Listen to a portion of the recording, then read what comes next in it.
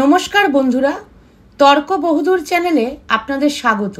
বন্ধুরা, আমাদের বৌদ্ধময় অতীতকে জানতে, আমাদের ইতিহাসে লুকিয়ে থাকা নানান অজানা তথ্যকে জানতে হলে আমি অনুরোধ করব তর্ক বহুদূর চ্যানেলের পুরনো পর্বগুলোও আপনারা একবার অন্তত দেখে নিন। বন্ধুরা, আজকে আমাদের আলোচনার বিষয়টা একটু অন্যরকম। তো বন্ধুরা, দেখবেন রাম বা কৃষ্ণের আর্কিওলজিক্যাল এভিডেন্স নিয়ে মনুবাদীরা খুব কথা বলে।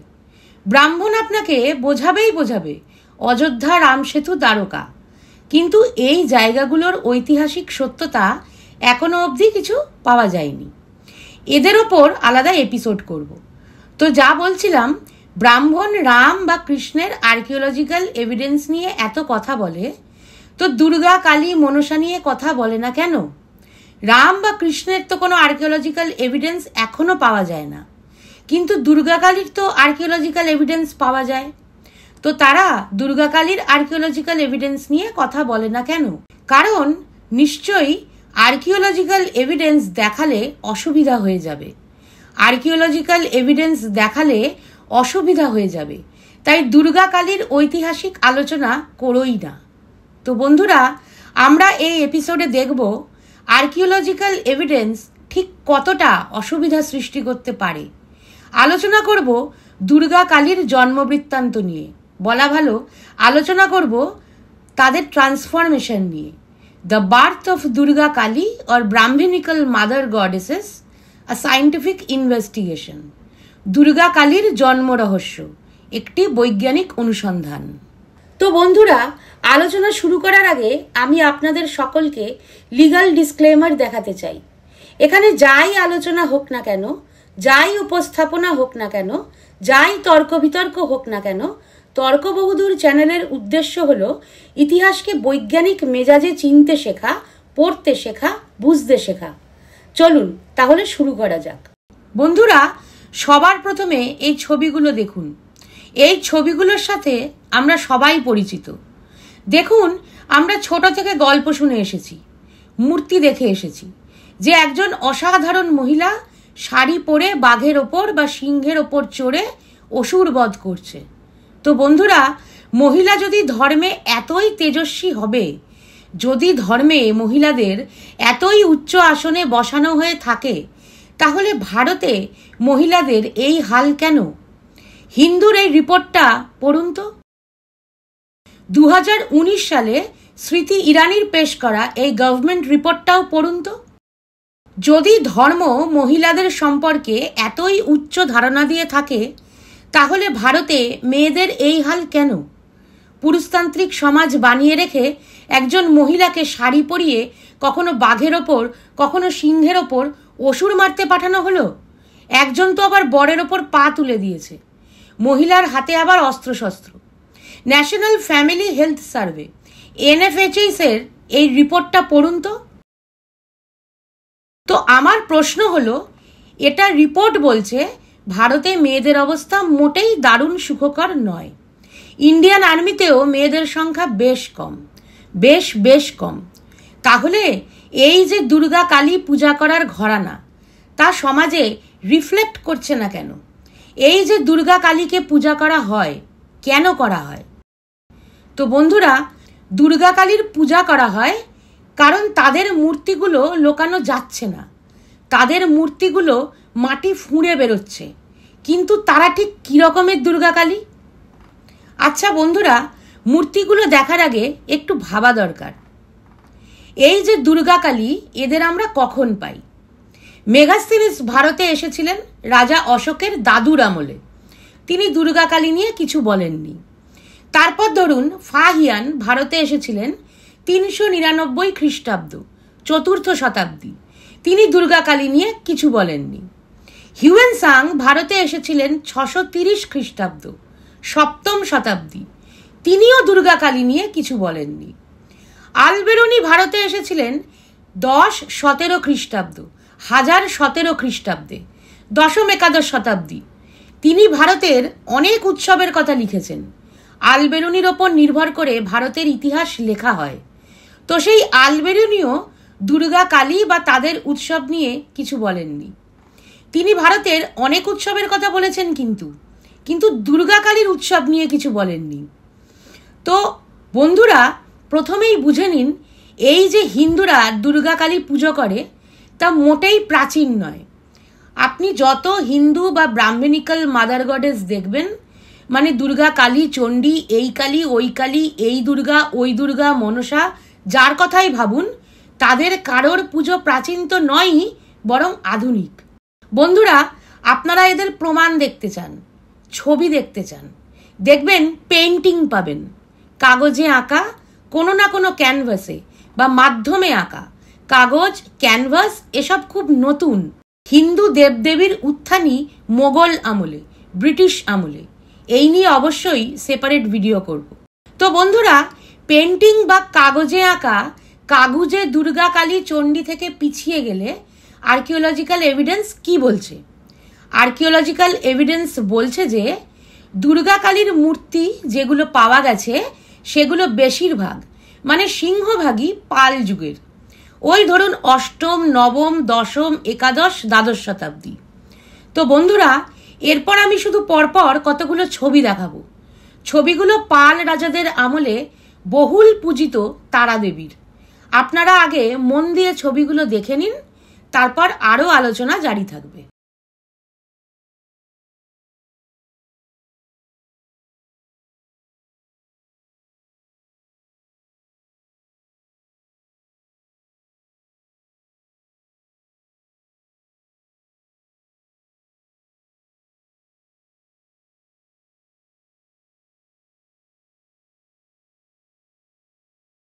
তো বন্ধুরা, ছবি দেখে বুঝতেই পারছেন নিশ্চয়ই, পাল যুগের বোধিসত্ত্ব তারাদেবীর মূর্তিগুলো একটু আধটু পরিবর্তন করে হিন্দু দেবীতে পরিণত করা হয়েছে। আমরা পরে অন্যান্য এপিসোড করব যে কিভাবে বৌদ্ধিস্ট মহাযান, বজ্রযান, তন্ত্রযান থেকে শৈব পথ, বৈষ্ণব পথ তৈরি হয়েছে। এখানে আমরা দেখতে পাচ্ছি শাক্তপন্থাও বৌদ্ধিজমের ওপর নির্ভর করেই গড়ে উঠেছে। বন্ধুরা, এরা তারা দেবী না হয়ে দুর্গা কালী হলে অসুবিধা হতো না, কিন্তু সমস্যা হচ্ছে এরা যদি দুর্গা কালী হয় তাহলে এই দুর্গা কালী বুদ্ধিস্ট। এই ছবিটা দেখুন, দেখুন বন্ধুরা, ওপরে, মাথার ওপরে কে বসে আছেন? বুদ্ধ। মাথার ওপর বুদ্ধ বসে। আর্কিওলজি কি নিষ্ঠুর! প্রমাণ লোপাট করা যাচ্ছে না, চেষ্টা করেও প্রমাণ লোপাট করা যাচ্ছে না। দেখুন, দুর্গার মাথায় শিবকে বসিয়ে দেওয়ার যে রীতি ব্রাহ্মণিজমের দরকার হলো কেন? কারণ প্রমাণ যার মেলে সেই দুর্গার মাথায় বুদ্ধ বসে আছেন। কিন্তু দুর্গা কালী বুদ্ধিস্ট হলে তাদের মানেই পাল্টে যাবে, তাদের হাতের অস্ত্রশস্ত্রর মানেও পাল্টে যাবে। এইটা পড়ে দেখুন তো, তারাদেবীর যে অনেক হাত দেখানো হয়েছে, কখনো কখনো অস্ত্রশস্ত্র সমেত মূর্তি বানানো হয়েছে, সেই সব হাতের অস্ত্রশস্ত্রের মানে কি? কোন কোন ভয় থেকে, বিপদ থেকে বাঁচাতেন তারাদেবী? অস্ত্রশস্ত্র দিয়ে তারাদেবী কোনো প্রাণী, কোনো অসুর বধ করছেন বা করছেন না? অস্ত্রশস্ত্র, প্রাণী, অসুর, এমনকি বধ করা, যুদ্ধ করা বিষয়টিও এখানে সিম্বলিক।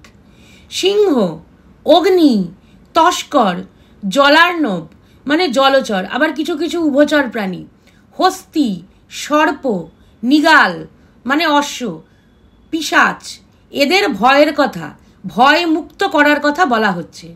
সত্যিই কোনো যুদ্ধ, কোনো অসুর, সত্যিকারের দুর্গা কালী, সত্যিকারের এসব ভাবা হচ্ছে না। এখানে অস্ত্র শস্ত্র, প্রাণী, অসুর, এমনকি বধ করা, যুদ্ধ করা বিষয়ও এখানে সিম্বলিক।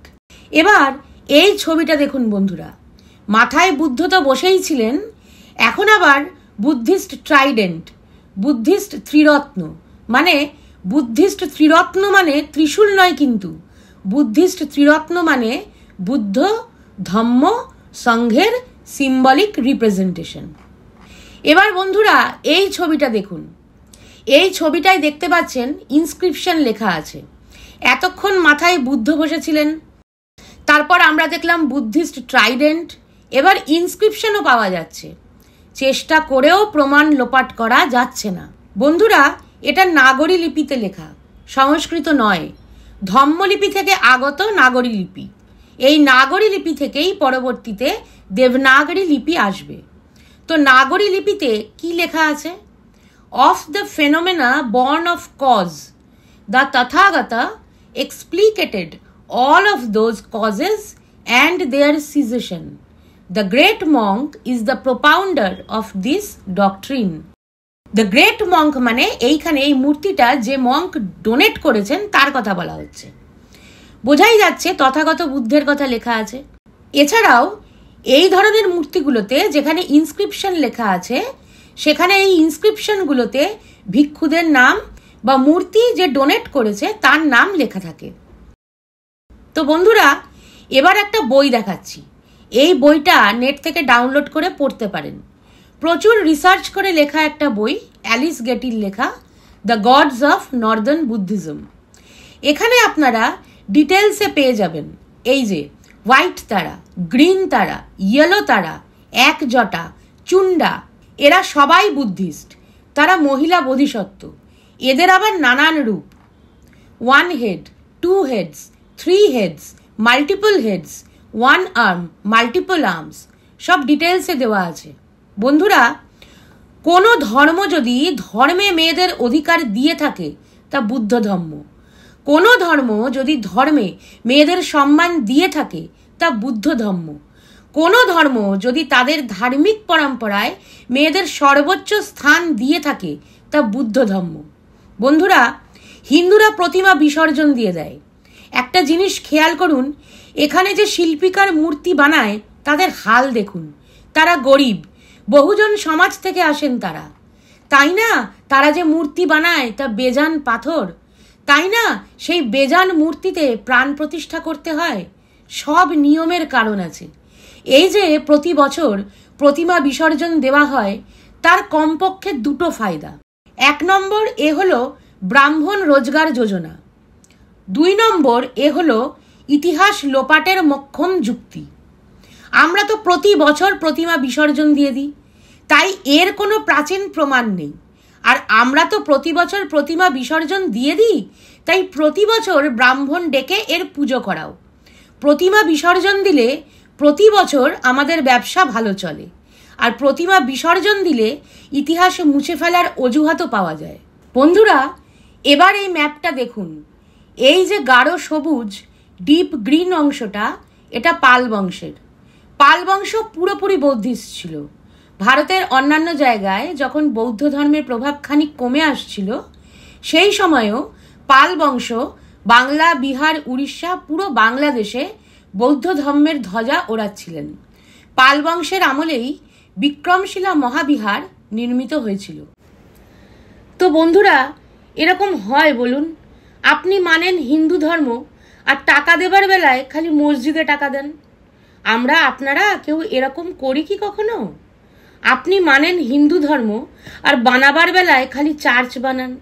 আমরা আপনারা কেউ করি কি এরকম? করি না তো। তাহলে পাল রাজারাই বা করতে যাবেন কেন? তারা বোধিসত্ত্ব তারাদেবীর মূর্তি বানাতেন। তারা বোধিসত্ত্ব তারাদেবীর মূর্তি বানিয়ে নারী শক্তিকে সিম্বলিক্যালি রিপ্রেজেন্ট করছিলেন। বন্ধুরা, এখনো আমরা বলে থাকি পশ্চিমবঙ্গে মেয়েদের অবস্থা ভারতের অন্য অনেক রাজ্য থেকে ভালো। দেখুন সেই পরম্পরা আমরা কোথা থেকে পেয়েছি। তো বন্ধুরা, এই ম্যাপটা দেখুন। আপনারা দেখতে পাবেন এই যে পাল বংশ, তাদের যেখানে যেখানে রাজত্ব ছিল সেখান থেকেই বেশিরভাগ তারাদেবীর মূর্তিগুলো পাওয়া গেছে। আর বন্ধুরা, ভেবে দেখুন, পাল বংশের যেখানে যেখানে রাজত্ব ছিল সেই জায়গাতেই আজও দুর্গাপুজো, কালী পুজো, নবরাত্রি, দশেরা এসব উৎসবের প্রচলন বেশি। আপনি দক্ষিণে যান, অত দেখতে পাবেন না। পাল বংশের যেখানে যেখানে রাজত্ব ছিল সেই জায়গাতেই দুর্গাপুজো, কালী পুজো, নবরাত্রি, দশেরা এসব উৎসবের প্রচলন বেশি। চেষ্টা করেও প্রমাণ লোপাট করা যাচ্ছে না। আর্কিওলজি বলুন, ঐতিহাসিকদের লেখা বই বলুন, রাজনৈতিক ইতিহাস বলুন, আমাদের বয়ে আনা পরম্পরা বলুন, সব কিছু ইন্ডিকেট করছে তারা দেবী থেকেই জন্ম নিয়েছেন ব্রাহ্মণিক্যাল মাদার গডেস।